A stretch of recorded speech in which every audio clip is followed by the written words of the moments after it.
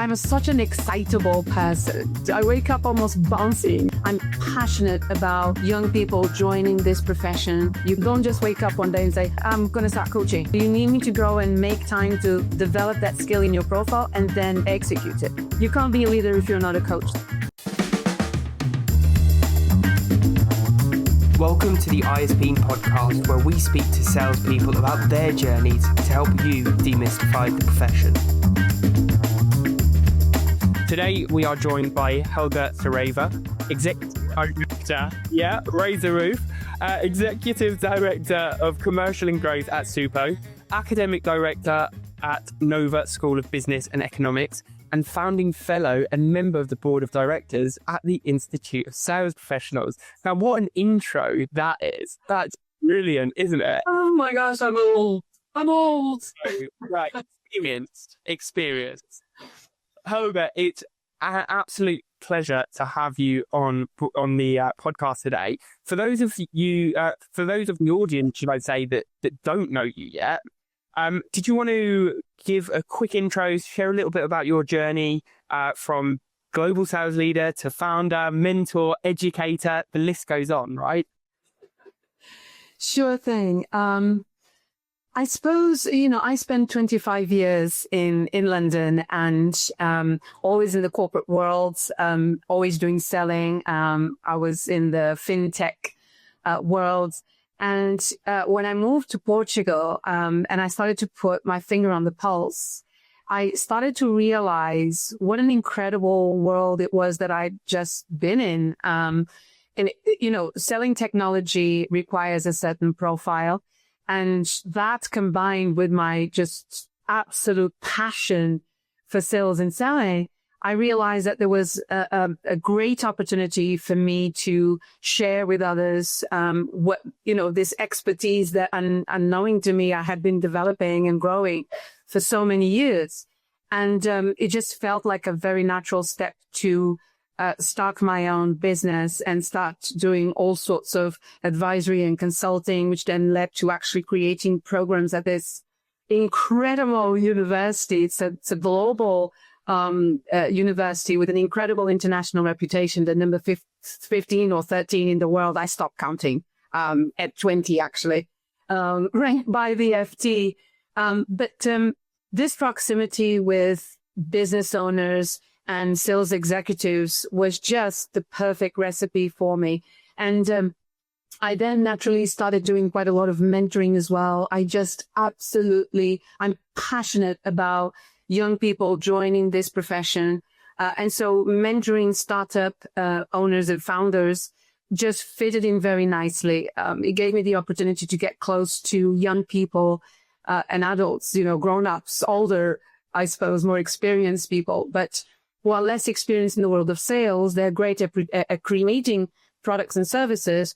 But sales just seems to be one of those skills that, falls short, or people take a little bit for granted. And that led me to meet an incredible founder at Supo. And I did a very curious journey with him, because what started off collaborating through just some coaching sessions ended up being, helping out and contributing to actually raise investment, which we ended up getting from an incredible VC house in the UK. And then I just couldn't leave. I just stayed. Then I'm building the commercial engine for Supo.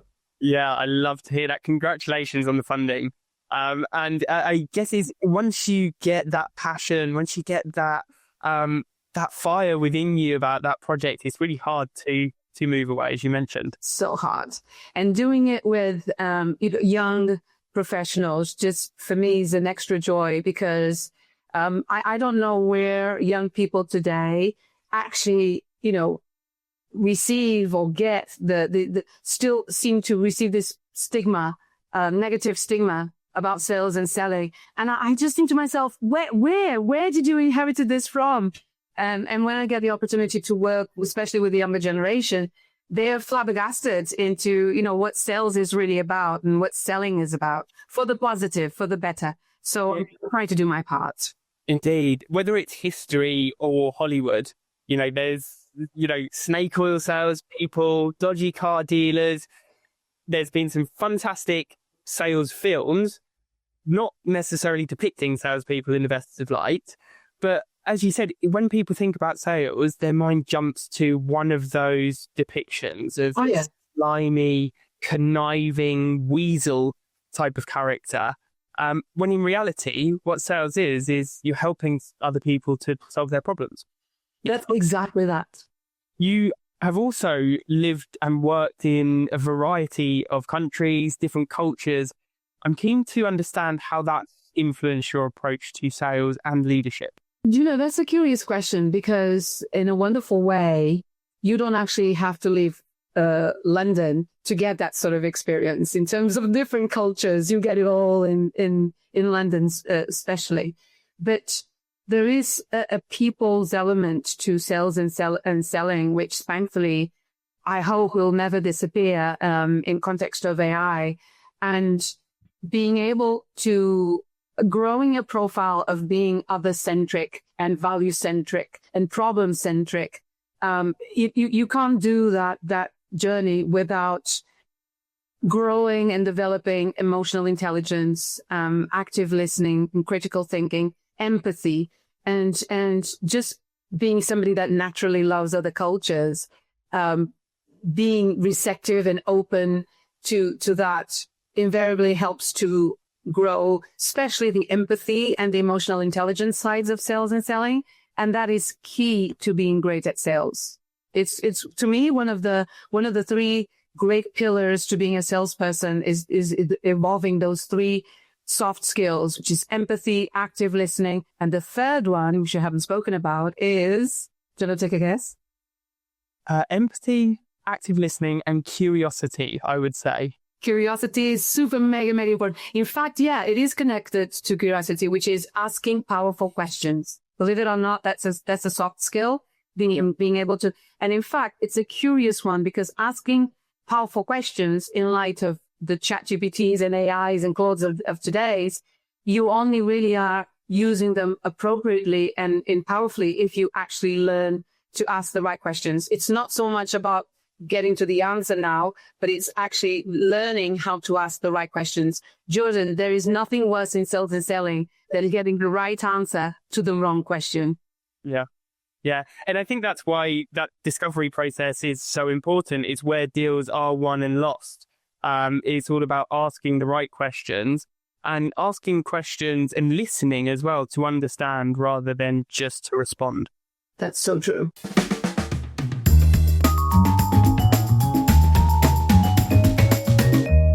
Now, I want to move the conversation towards prospecting, right? Those skills that we spoke about, they're fantastic, super crucial for sellers. But to be able to employ them and use those skills to full effect, we need to be in a conversation with a prospect. We need to cut through the noise in what is often a very noisy and saturated place. And it is one of the biggest challenges for sales to date. And often one of those that I think has been misunderstood. Now, I'm really keen to get your view because you have created award-winning programs around this. Now, the first question I've got for you is, what was it that inspired you to develop your Prospecting with Impact program? And what is it that sets it apart from other methodologies or other approaches, should I say? So two things, really. Number one is I always wanted to do a program around prospecting because that's what I like to talk about.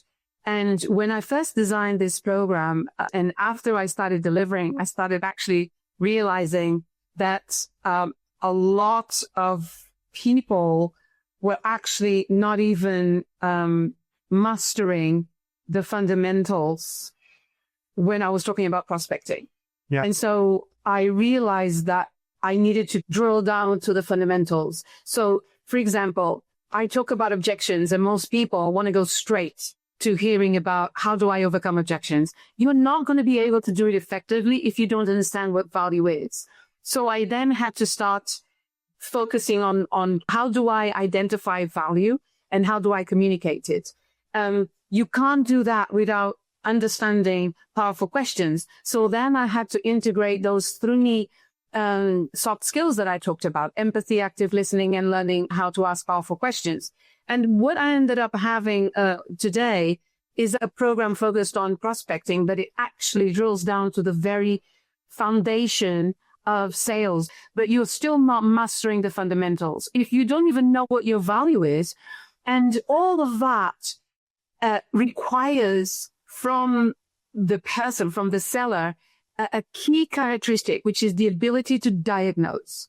When you are able to diagnose problems or risks or the gains, so not just the pains, but the gains that specific prospect, that specific persona values overcoming or achieving, when you grow that ability to diagnose, then you become unstoppable.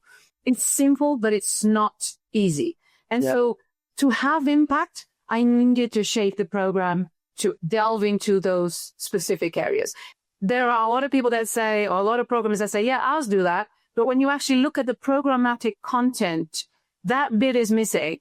And the last thing, I suppose, if you don't have a moment to practice, to simulate, to role play, it's going to have very little impact. And so I literally, wrecked my brain trying to ensure that the role-playing side of things was nailed, and people actually left the program feeling different, and literally is a transformation. I couldn't agree more. I think sales is a performance profession, right? We need to actually, there's so much that we can learn, but we need to actually start embedding it into our behaviors. Really breathing it out into the world to then have the confidence to be able to go there on a call when the opportunity does arise. Oh, yeah. So I agree. It's the biggest mistake to practice on your clients. Yeah. Or prospect. I practice with my partner and she hates it. She's like, oh, is that something that you've learned? I'm like, you got me. I'm not doing a good enough job if you're able to tell. I love how you blush when you talk about her. So this is wrong. I wanted to ask you, what are some of the common mistakes that you see from sales teams when they are approaching outbound prospecting? And I will say, we only have a certain amount of time. We could go on forever, I think, because there are so many common mistakes, I think, out there. But what's one that you see over and over again?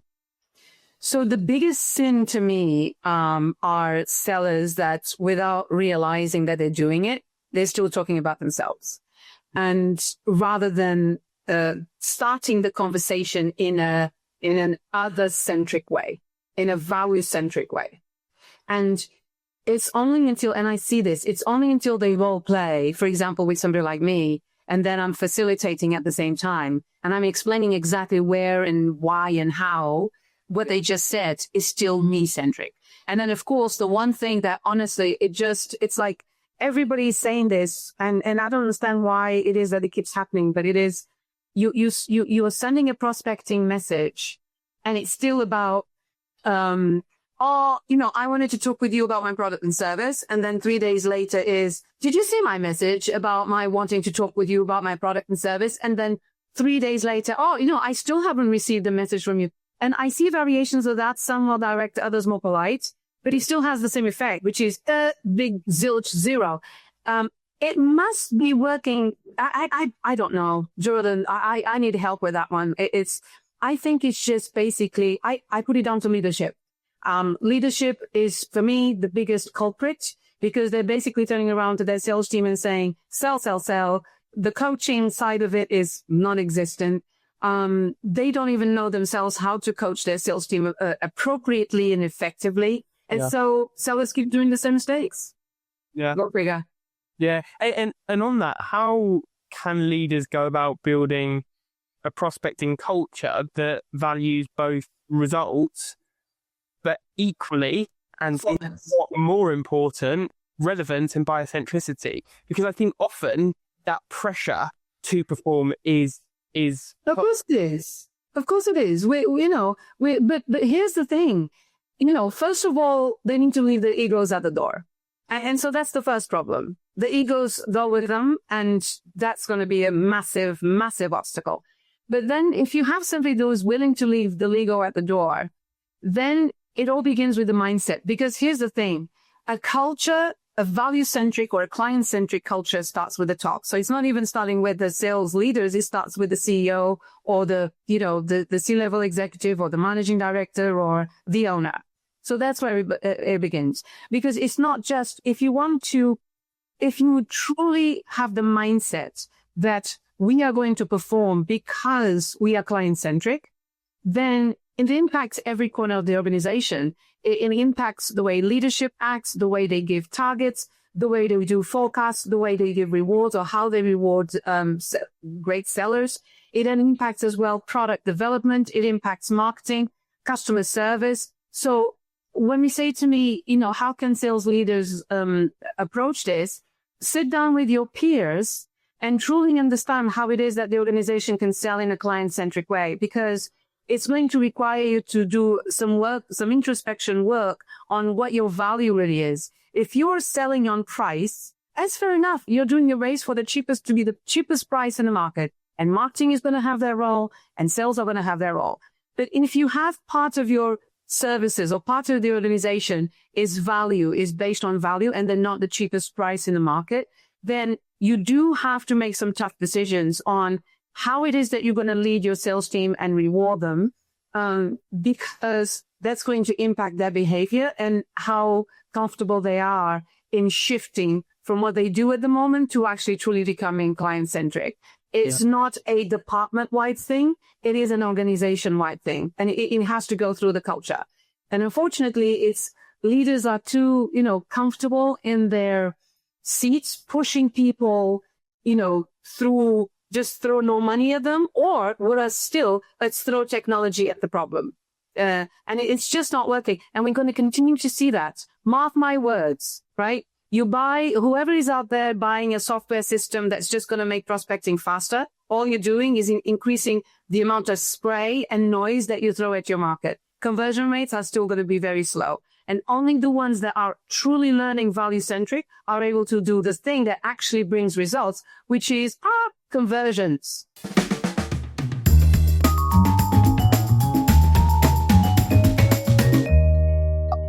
How does a leader, and this is sort of piggybacking off the conversation that we had just a second ago around everything cascading down from the top, how do we go about embedding ethical practices and decision-making into a high-performing sales culture? I suppose one needs to kind of ask, why is it high performance? Is it high performance because it already has a culture of integrity?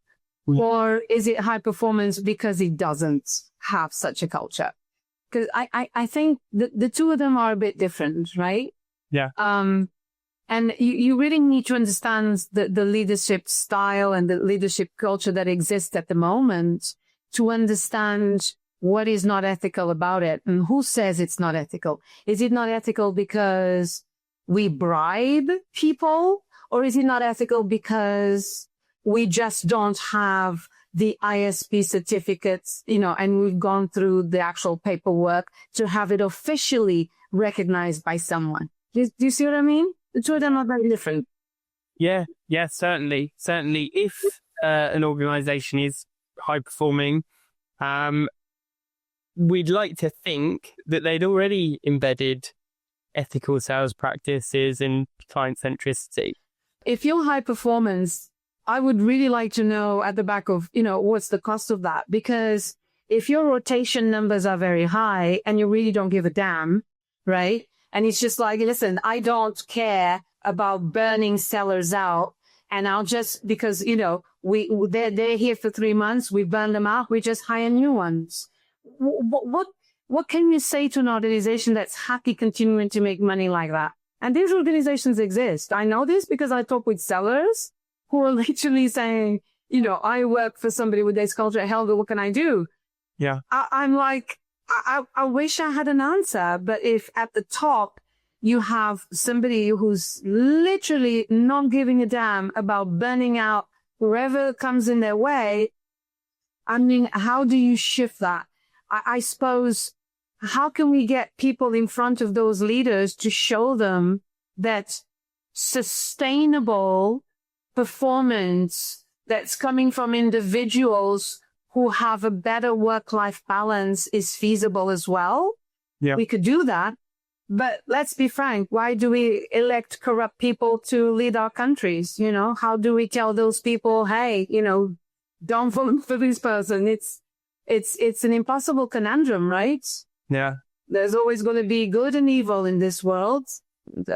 I guess for those individuals that are within those organizations, the success can end up coming or relying on the strength of their support network, whether that be mentors, you know, guides. I feel that the reason why we've pivoted the way we have is because of not just the impact of technology, but more importantly, how the buyer is changed. And so hopefully technology will flush out these toxic cultures, whether it be by naming and shaming or, you know, or the individuals just not wanting to work for them. But I hope that we will continue to see a trend towards a better leadership profile by simply millennials and young professionals and everybody else just not wanting to work for them. Yeah. I think that would be a great way to do it. Just don't work for them. Indeed. And they will have to make a shift because they have to find ways of attracting talent, great talent. Yeah. I was going to say, you mentioned earlier about the importance of social proof in front of, you know, buyers, but the same goes for talent, right? Exactly. We see, you know, the websites like RecView, like Glassdoor, like Fishbowl, is it? It's never been easier for a candidate to get real insights to what the culture is like. Does the organization support professional development? Do they really invest in the individual's growth? We can see that instantly. So, you know, businesses do need to really work on the culture, the environment that they're setting, and position themselves as the ideal employer of choice.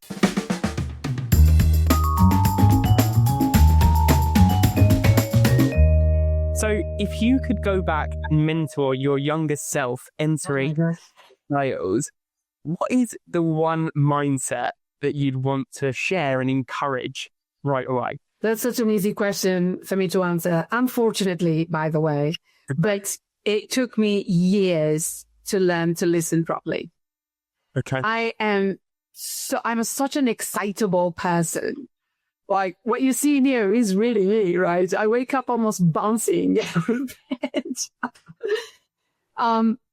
But learning how to listen is not as easy as it might sound. Mm-hmm. And I am very fortunate that throughout my career, I had such incredible managers and people that I reported to. And I worked for some incredible companies, really incredible companies. And I feel now, I look back and I feel like I've taken so much value out of that journey. But, you know, I wish that I'd learned what I know today about active listening. I wish I knew it then. And it would have been such a you know, precious thing to have. In terms of that mentoring piece and giving back, as you mentioned, what is it that excites you most and gets you bouncing out of bed in the morning to work with those entrepreneurs and real sort of purpose-driven organizations?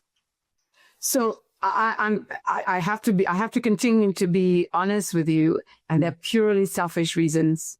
They're purely selfish. Yeah. For somebody who teaches, or who's in the role where I'm teaching and coaching and advising, when I'm doing mentoring, that's where I learn the most. Like I learn most when I'm mentoring and I'm exposed to another person's point of views and perspectives and mindsets, and ways of working and their knowledge. That's when I learn the most. It really is. And the second reason is, and I'm going to try and say this and not be emotional, but it feels so good when a professional or an executive or a young adult, after having a session just says, wow, this is like, I'm leaving this with so many ideas. And I know they're not just saying that, they're not being sycophantic. I know, I'm having you're talking with somebody, they can't stop taking notes. And Yes. it's almost like every word they're hearing is just value, value, value. That is such an amazing feeling. And just to finalize, I've gotten to an age now where, Whitney Houston is saying, you are, whatever the future. I've forgotten the song now that she sings, but we all, us that have, experience in sales, we do have a responsibility to coach and mentor kind of the younger generation, because this isn't a generation that has suffered a lot. Like, it really has suffered a lot.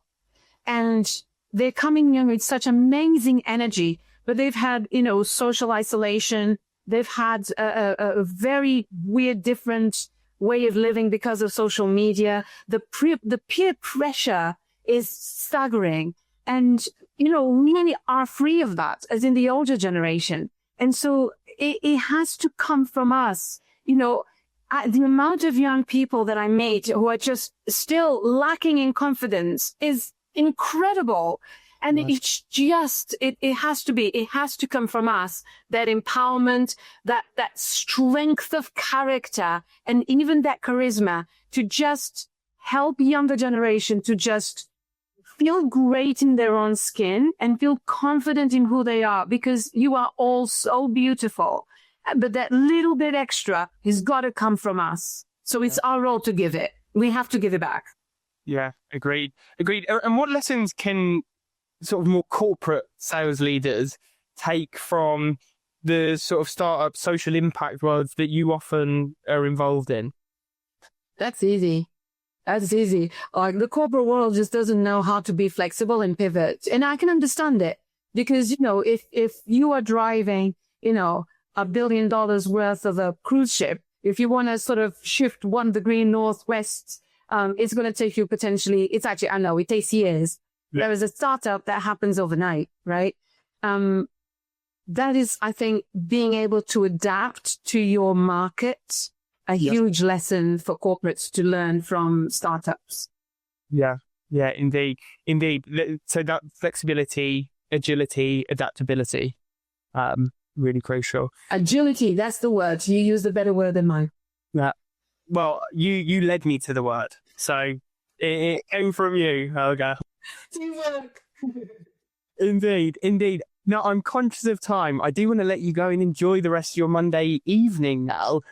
My last question for you is, what is one thing that you'd love for sales leaders listening to take away and put into practice following this conversation that we've just had? I love your questions, and not just because, they hit my heart like an arrow. But coaching, I don't think that anyone can call themselves an effective leader if they haven't incorporated coaching into their role, into their profile, and into their day-to-day. Yeah. And you need to go out there and learn how to do it. You don't just wake up one day and say, I'm going to start coaching. There's more to it. So you need to grow and make time to develop that skill in your profile, and then apply it, execute it. But you can't be a leader if you're not a coach somehow. Yeah, I agree. And I think what I've heard, or what I'm hearing a lot, is typically when leaders shy away from coaching, it's not because they don't see the value in it, it's because they don't necessarily know where to start. Start as you would if you were shopping around for the 5, 10, 15 or 20,000 pound program. Prioritize. You want to do something because it's sexy. And that's what motivates you. Look at your motivations of why you want to choose a program in coaching versus a sexy program that you're going to spend loads of money on. And, be honest with yourself and introspective, because your priorities are there. You're going to have money to spend. I'll find it very hard to believe that you don't get given an allowance to spend on development. So what is your motivation? And it all, just like value propositions, it all boils down and points to your motivation. And at the end of the day, that's how the buyers buy. They buy it according to what their motivation is. It's the same thing with leadership. Indeed. Helga, it has been an absolute pleasure to chat with you this evening. I will let you go and enjoy the rest of your evening, but where is the best place for people to reach out and follow along on your energy, your enthusiasm, your journey? Hit me up on LinkedIn. I'm there, and I basically live on that platform. Always happy to have a conversation. Hit me up on LinkedIn, and I'm happy to connect and take it from there. Perfect. And by the way, Jordan, well done. Because, Alex, your dad will tell you, I have never ever actually sang on a on any podcast. I managed to get it out. So you got that already. I don't know. I still don't know how I done that. Sorry, anybody. That's going to be the thumbnail, the opening to the podcast. Sorry, Ada. My pitch is my sales pitch is better than my vocal pitch. There you go. Love it. Helga, thank you so much. And to everyone listening, until next time. Next week on the ISP podcast. I began working with Clark Shoes, and I loved sales more than it loved me. I saw how training could transform someone's ability to do something, to help customers to solve problems. When you look at rugby players who've just lost a match, they get interviewed by TV cameras 15 minutes after the match, and they're composed. That is somebody who's very mentally tough.